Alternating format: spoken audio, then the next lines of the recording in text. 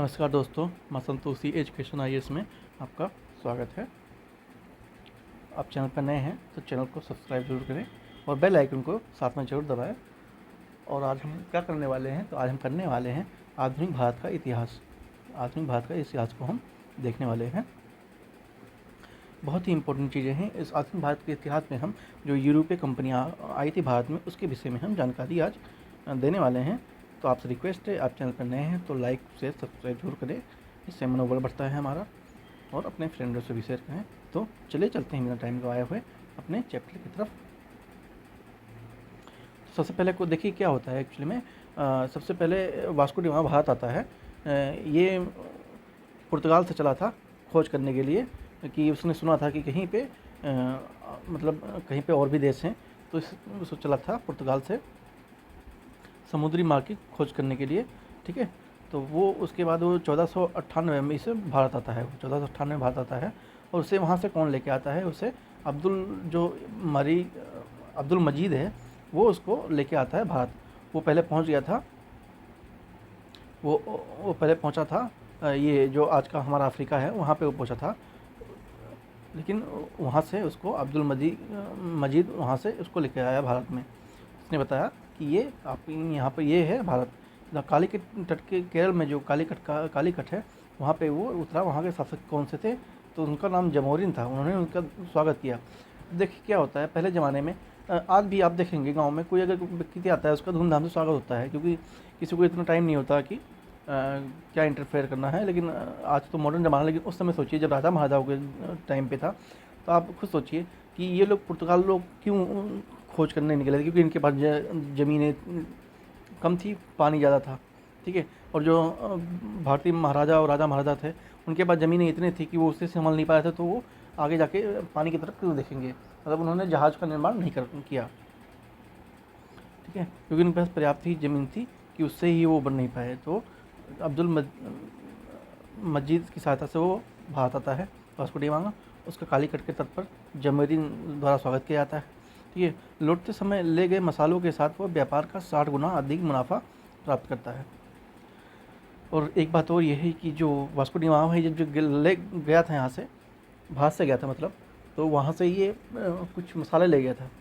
मतलब व्यापारी रूप से आया था, वो मसाला ले गया था। तो उसका वो 60 गुना 60 गुना मुनाफा पाता है। आप समझ सकते हैं कि उस समय का 60 गुना कितना ज़्यादा हो गया। तो इससे उसकी भारत की तरफ और इच्छाएँ बढ़ती हैं, और वो अपने शास्त्रियों को बताता है, और वहाँ पे हल्ला हो जाता है ब्रिटेन में कि यहाँ पे कोई एक जगह से मसाला लाया है जो काफ़ी मुनाफा अच्छा मोटा कमा रहा है। देख लेते हैं फ्रांसीसी द अल्मीड़ा को एक बार देख लेते हैं। भारत में पदभार ग्रहण करने वाला प्रथम पुर्तगाली ये वायसराय था, जो कि 1505 में किया था इसने। ब्लू वाटर पॉलिसी, नीले शांत जल की नीति का प्रतिपादन इसी ने किया था, जो कि हिंद महासागर में प्रभुत्व स्थापित करने हेतु था।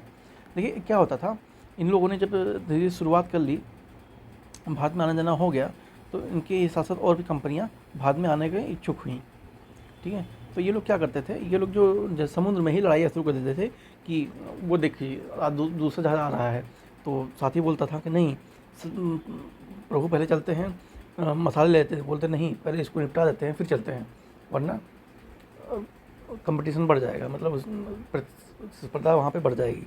तो पहले इसे निपटाते हैं फिर आगे का काम करेंगे। ठीक है, तो इस तरह से इनकी मानसिकता।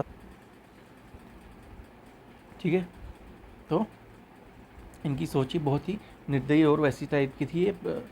चलिए चलते हैं, हम आगे देखते हैं, फिर आपको बताते हैं। भारत में पुर्तगाली शक्ति का वास्तविक संस्थापक कौन था, तो ये वास्तविक अल्बुकर्क था, ये था। ठीक है, अल्बुकर्क ने ही किया था। उसके बाद कोची, जो भारत में प्रथम यूरोपीय संघ पुर्तगाल दुर्ग का निर्माता कौन था 1503 ईस्वी में, तो ये अल्बुकर्क ही था। 1510 में बीजापुर के शासक यूसुफ आदिल शाह से गोवा छीना गया। किसने छीना, इन वाइसराय ने छीना। मलक्का, जो कि आजकल मलक्का है, वो दक्षिण पूर्व एशिया की प्रमुख मंडी हुआ करती थी। मलक्का जो आज देख रहे हैं, वो एक पहले मंडी हुआ करती थी। हरमुज, जो फ्रांस की खाड़ी है कि मुहाने पर स्थित है, पर अधिकार इन लोगों का हुआ करता था। तो ये लोग बहुत ही सभ्य लोग बताने वाले बहुत ही असभ्य थे। एक तरह से देखा जाए तो। उसके बाद आते हैं अंग्रेजी ईस्ट इंडिया कंपनी। इसका कब आती है? 1599 ईस्वी में इंग्लैंड में एक मर्चेंट एडवर्ड नाम दल द्वारा शुरू किया गया। ठीक है, दिसंबर 1600 में ये कंपनी का नाम निगमीकरण तथा एलिजाबेथ प्रथम द्वारा कंपनी के पूर्व के साथ व्यापार करने हेतु एकाधिकार प्राप्त किया। 15 वर्षों के बाद भारत में तत्कालीन मुगल बादशाह अकबर थे। 1611 ईस्वी में कंपनी द्वारा सर्वप्रथम अस्थायी कारखाना मछलीपट्टनम में स्थापित किया गया। तत्कालीन मुगल शासक उस समय जहांगीर थे। 1613 में सूरत में अंग्रेजों का प्रथम अस्थायी कारखाना भी स्थापित हो गया था। फ्रेंच ईस्ट इंडिया कंपनी, मूल नाम कंपनी का फ्रांसिस देश इंडिस ओरिएंटिक्स, ये कोई उनका मूल नाम है, तो फुल फॉर्म है फ्रेंच ईस्ट इंडिया कंपनी। स्थापना कब हुई थी? तो ये मंत्री उस समय कॉलबॉट के अनुरोध पर ये हुआ था। प्रकृति राज द्वारा निर्मित हुआ था। इसका खर्चा हेतु धन राज द्वारा ही प्रदत्त दिया जाता था। 1668 में सूरत में प्रथम फ्रांसीसी व्यापारिक कारखाने की स्थापना की गई थी। 1667 में फ्रांसीसी कोरे अभियान के दल के साथ भारत रवाना हुए थे। कुछ महत्वपूर्ण तथ्य देख लेते हैं। भारत आने वाले सबसे पहले यात्री कौन थे? तो दुआ बारबोसा, डोमिंगो प्यास, फर्नवा नूनीज।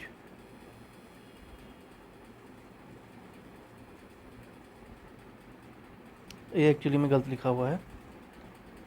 भारत आने वाले पहले पुर्तगाली यात्री कौन थे? तो ये वास्को डिगामा थे। डिगामा, ठीक है, वास्को डिगामा थे यहाँ, ठीक है, ध्यान रखिए, थोड़ा गलत लिखा हुआ है। अंग्रेजों के व्यापार केंद्र के लिए हुगली के स्थान पर सुतनोनी का चयन करने वाला कासिम बाजार की फैक्ट्री का प्रमुख केंद्र कौन सा था? जॉब चारकवास था, जो कलकत्ता के संस्थापक थे। कोची ब्रिटिश उपनिवास के तहत सम्मिलित हुआ 1814 ईस्वी में। एक्चुअली में इसे आप इसको रहने देते हैं, इससे मुझे कुछ मिस्टेक लग रही है, ठीक है, इसको रहने देते हैं। चलिए हम आगे चलते हैं। इसको मैं सही करके आपको दूसरी वीडियो में बता दूंगा, ठीक है। अब कुछ देख लेते हैं परीक्षा की दृष्टि से जो महत्वपूर्ण है। क्या है? भारत में सबसे पहले आने वाले 1498 में सब जाने वाले 1961 वाली यूरोपीय शक्तिशाली कंपनी थी पुर्तगाली। जो पुर्तगाली हैं वो सबसे पहले आते हैं और सबसे बाद में ही जाते हैं। यूरोपीय शक्तियों में सर्वप्रथम भारत में समुद्री व्यापारिक केंद्र स्थापित किया गया था। किसने किया था? पुर्तगालियों ने किया था। पुर्तगालियों ने अपनी दूसरी फैक्ट्री स्थापित की थी। कहाँ पे? कन्नूर में स्थापित की थी। होली स्थित बस्तियों को पूरी तरह से नज़र किया गया था मुगल बादशाह के शासनकाल में, जो शाहजहाँ थे उनके काल में। प्रथम डच फैक्ट्री की स्थापना मछलीपट्टनम में हुई थी। डचों की बंगाल की प्रथम फैक्ट्री 1627 ईस्वी में हुई थी। स्थापना स्थल कहाँ पर था? पीपली जो है वहाँ पे हुआ था। तथ्य कुछ देख लेते हैं। अंग्रेज शासनकाल में अफीम उत्पादन हेतु प्रसिद्ध भारतीय राज्य कौन सा था? बिहार। बिहार के साथ साथ में जो पश्चिम बंगाल का प्रांत है वो भी इसमें शामिल हुआ करता था। पश्चिम बंगाल, झारखंड और बिहार, ये तीनों अफीम के लिए बहुत ही अच्छे उत्पादक माने जाते थे, क्योंकि जो यहाँ का इन्वायरमेंट है उसके अनुकूल था। पुर्तगालियों को स्वाली नामक स्थान पर हराने वाले अधिकारी का नाम क्या था? थॉमस बेज था। होली बंगाल की खाड़ी में समुद्री लूटपाट के लिए किस अड्डे के रूप में प्रयोग करने वाली यूरोपीय शक्ति थी? तो ये पुर्तगाली थी। यूरोपीय व्यापारिक कंपनियों के आने का क्रम क्या है? तो पहले पुर्तगाल आए, उसके बाद डच आए, उसके बाद अंग्रेज आए, उसके बाद डेनिश ईस्ट इंडिया कंपनी आई, उसके बाद ये फ्रांसीसी आए। तो सबसे आखिरी में फ्रांसीसी आए यहाँ पर, ठीक है। पुर्तगाल डच ईस्ट इंडिया कंपनी, अंग्रेजी ईस्ट इंडिया कंपनी और डेनिश ईस्ट इंडिया कंपनी और फ्रांसीसी, ये क्रम इनका है। कभी मिलाने को आ जाए तो आप लोग ध्यान में रखेंगे। ये डेन की जगह ये डेनिश लिखा हुआ है, ठीक है, डेनिश ईस्ट इंडिया कंपनी, ध्यान में रखेंगे। विभिन्न यूरोपीय कंपनी की स्थापना वर्ष एक बार देख लेते हैं। अंग्रेजी ईस्ट इंडिया कंपनी की स्थापना कब हुई थी? 1600 में हुई थी। भारत के साथ व्यापार करने में सर्वप्रथम संयुक्त पूंजी किसकी थी? अंग्रेजी, सेकंड डच, अंग्रेजी और सेकंड डच। एक सेकंड रुकिएगा आप लोग।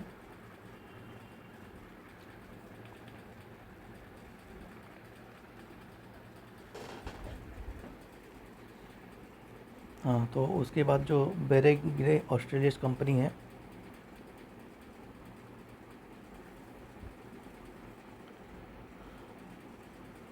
एस्टोर द इंडियन पुर्तगाली कंपनी,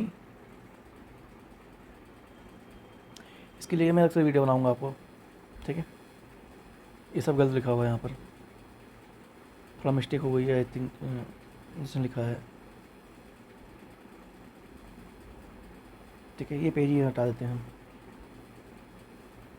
मैं आपको दूसरी वीडियो में इसके लिए लेके आऊँगा, डोंट वरी। प्रमुख डच व्यापारिक केंद्र कहाँ पर थे? तो नागपट्टनम, चिंसुरा, मछलीपट्टनम और सूरत। अहमदाबाद, कोचीन, आगरा, ये प्रमुख व्यापारिक केंद्र थे। आंग्लो फ्रांसीसी संघर्ष को देख लेते हैं एक बार। कर्नाटक युद्ध प्रथम कब हुआ था? 1646 में 48 तक। तत्कालिक कारण क्या था? अंग्रेज कैप्टन बॉर्नेट के नेतृत्व में अंग्रेजी सेना द्वारा कुछ फ्रांसीसी जहाज़ों पर अधिकार कर लिया गया और ऑस्ट्रेलिया के जो उत्तराधिकारी हैं युद्ध का विस्तार कर लोप की संधि 1748 से ऑस्ट्रेलिया के उत्तराधिकारी का युद्ध समाप्त कर दिया गया। वांडी वास युद्ध, अंग्रेज बनाम फ्रांसीसी, जनवरी 1760 में हुआ। नेतृत्वकर्ता कौन थे?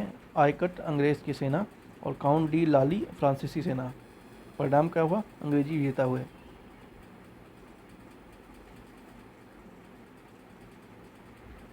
पुर्तगाल गवर्नर नूनो दी कुन्हा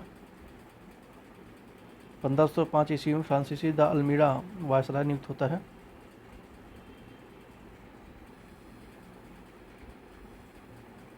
अजदीव कन्नूर में प्रमुख पुर्तगाली दुर्गों का निर्माता है ये।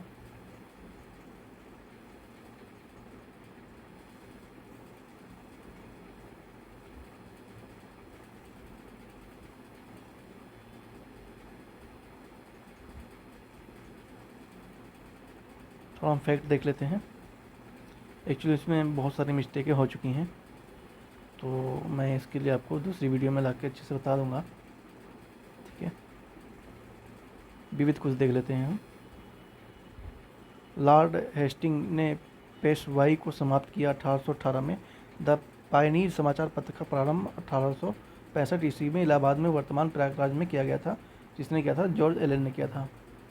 1878 ईस्वी में भाषा वर्नाकुलर प्रेस एक्ट नियम से बचने के लिए रातों रात अंग्रेजी भाषा का रूपांतरण की गई पत्रिका कौन सी थी? तो अमृत बाजार पत्रिका थी।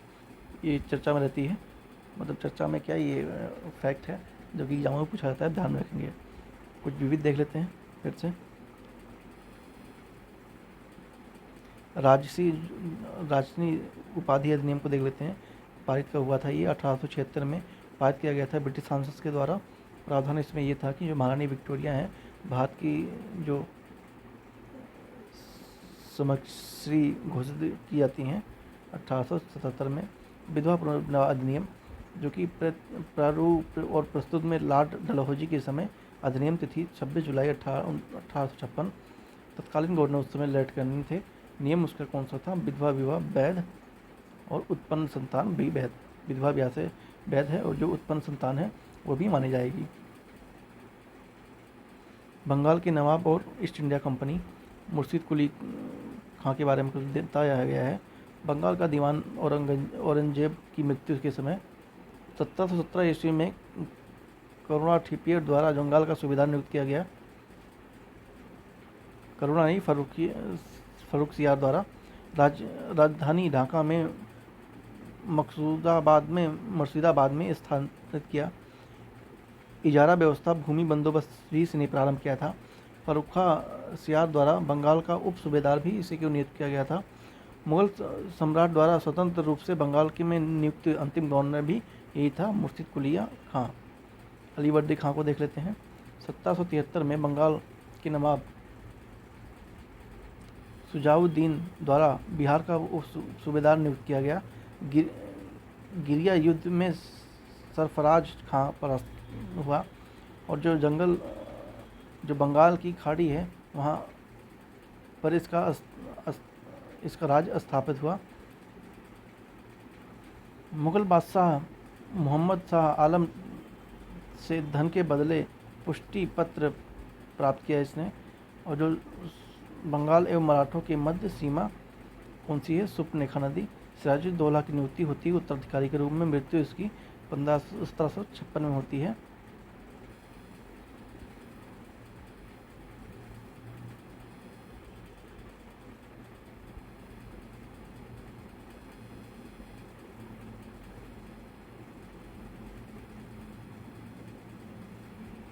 ये आप लोग पढ़ लेंगे, मैं PDF दे दूंगा।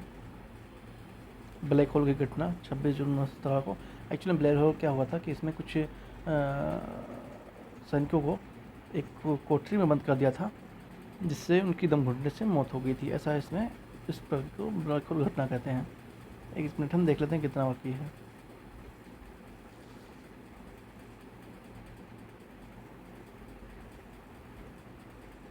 तो हम इसे सही करके दूसरी वीडियो में कवर करेंगे, जिसमें बहुत सारी चीज़ें गलत लिखी हुई हैं। ठीक है, तो ये वीडियो यहीं रैप करते हैं। ठीक है, thank you very much. Please subscribe and share.